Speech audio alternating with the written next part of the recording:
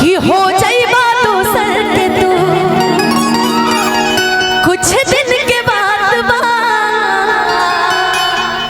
दिल पगला रोगी बन दीवाना कि सीख ले अब हम भी हो सीख ले अब हम भी गम में हंसे के अदा अब जिए के पड़ी अब जिए के पड़ी प्रीतिया के पीर में गई खुदा तकदीर में जान प्यार नहीं खेली हाथ के लकीर में गई खुदा तकदीर में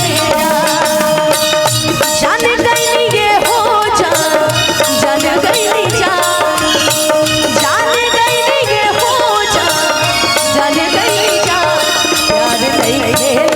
प्यार नहीं हाथ के लकीर में नहीं खुदा तकदीर में प्यार नहीं हाथ के लकीर में नहीं खुदा तकदीर में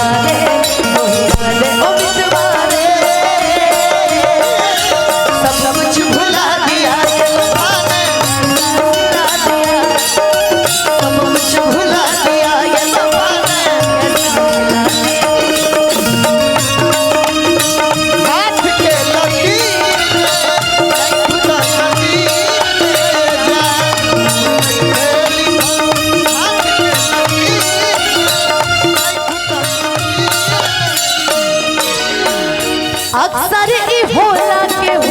हंसे के भूलो बेला भैया एक खेसारी भाई के आवाज में गाना है और